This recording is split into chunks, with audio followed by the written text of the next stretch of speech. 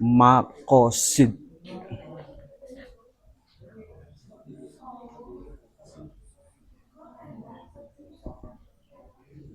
Makosidus.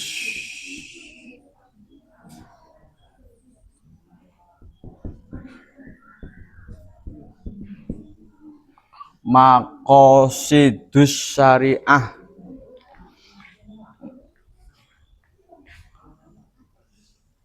Apa tadi bahas? Satu, menjaga apa? Agama.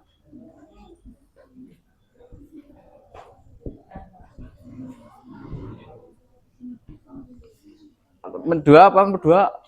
Jiwa. Tiga,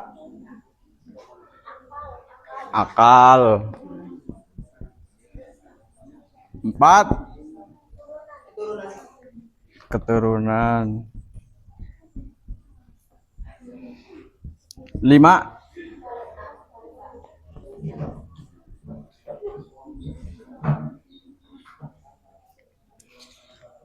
makosidus syariah. Kalau pada zaman dahulu kan menjadi kajian tersendiri ya, tadi disebutkan di eranya Imam Ghazali, ya ulama-ulama era itulah.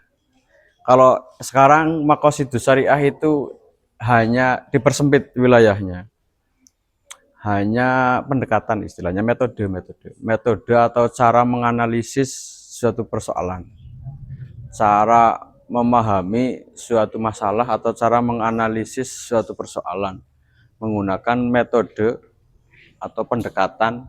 Metode dan pendekatan itu ya beda tipis lah, ya satu kesatuan tapi beda tipis. Ya nanti bedanya dipelajari di mata kuliah metodologi penelitian nanti. Jadi metode untuk menganalisis suatu persoalan. Contoh misalnya ada orang, misalnya gini, katakanlah Firman itu berhasil menciptakan parfum rasa bau rendang gitu kan, misal gitu kan, terus dijual viral gitu kan, tapi ternyata memunculkan konflik gitu kan, konfliknya misalnya ada orang yang kemudian tidak suka setelah ada orang menggunakan parfum rendang itu kemudian semaput gitu kan, atau pingsan atau gimana gitu kan, karena memakainya terlalu banyak gitu. Itu kan memunculkan masalah jadinya. Nah itu kemudian kita kaji secara makosidus syariah.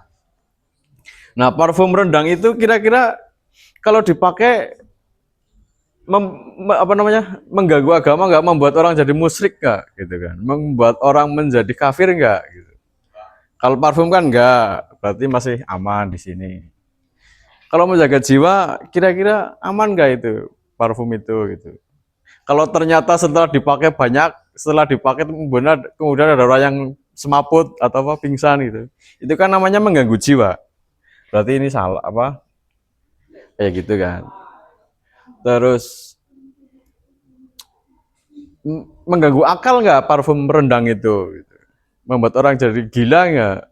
Membuat orang jadi lupa nggak? Membuat orang jadi halusinasi nggak gitu kan?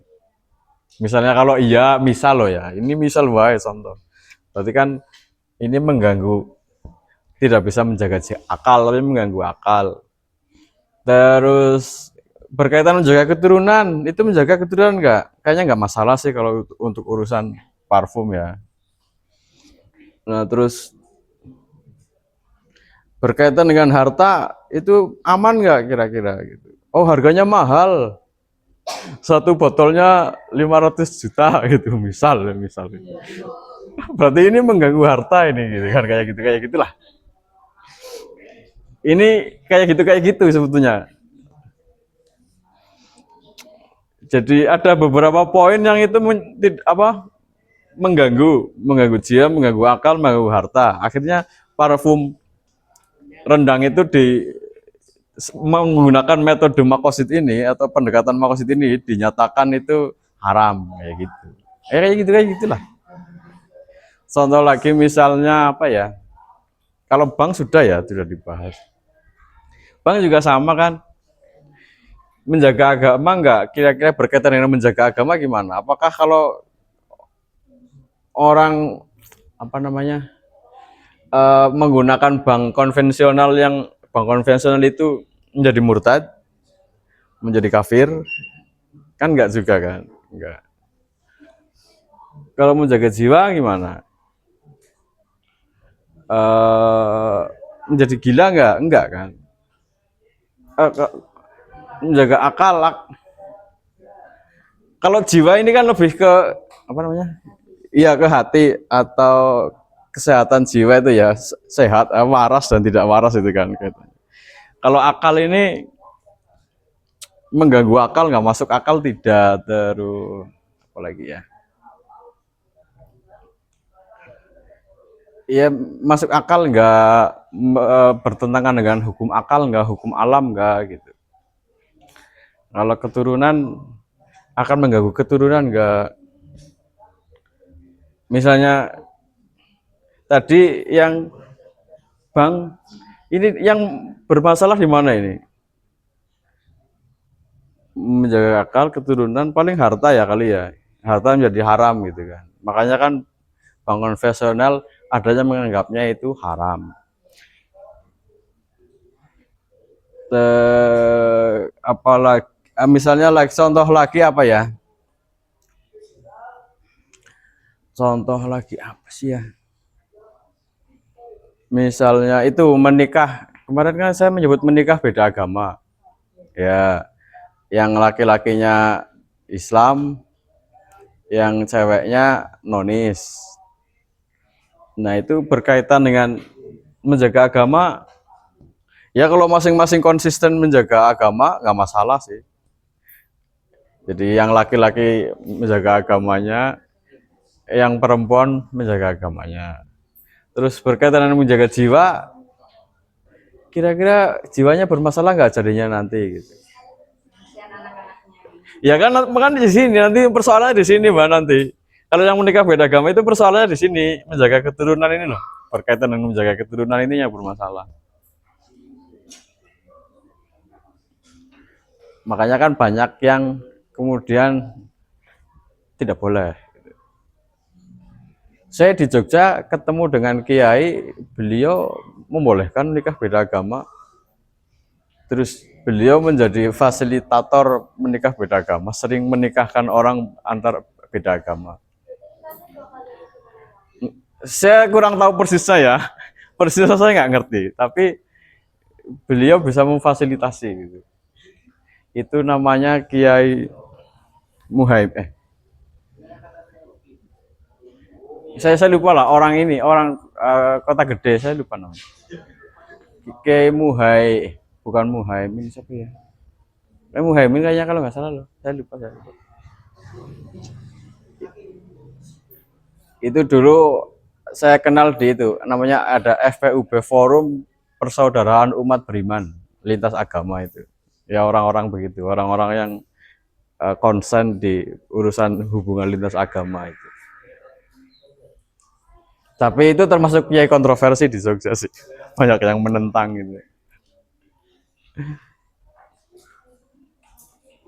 Terus contoh lagi apa ya? Saya pernah baca biografinya Sayyidah Zainab, apa ya, putrinya Kanjeng Nabi Muhammad. Ya, terus ya. Suaminya orang kafir Quraisy juga. Ya.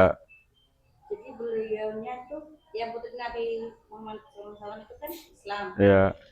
Suaminya tuh orang kafir. Jadi sebelum Kanjeng Nabi itu hijrah itu memang dibolehkan. Ya. Setelah hijrah belum larang. Setelah hijrah, menjelang hijrah ke Madinah itu ayatnya baru turun. Ya. Untuk dilarang Menikah beda.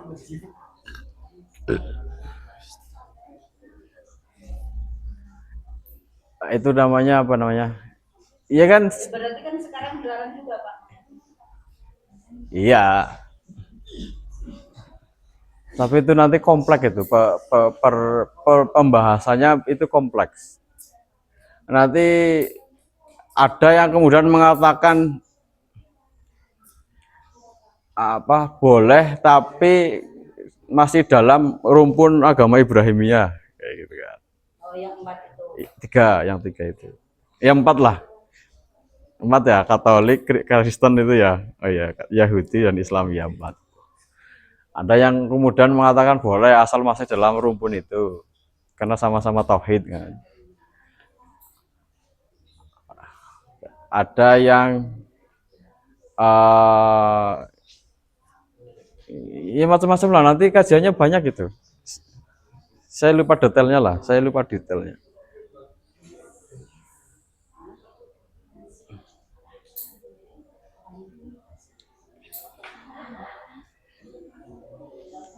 Jadi, tapi kalau kita kaji secara apa namanya dalam tataran yang lebih tinggi, filsafat misalnya, yang membedakan antara satu agama dan agama yang lain itu kan urusan fikihnya, urusan ubudiyahnya gitu, urusan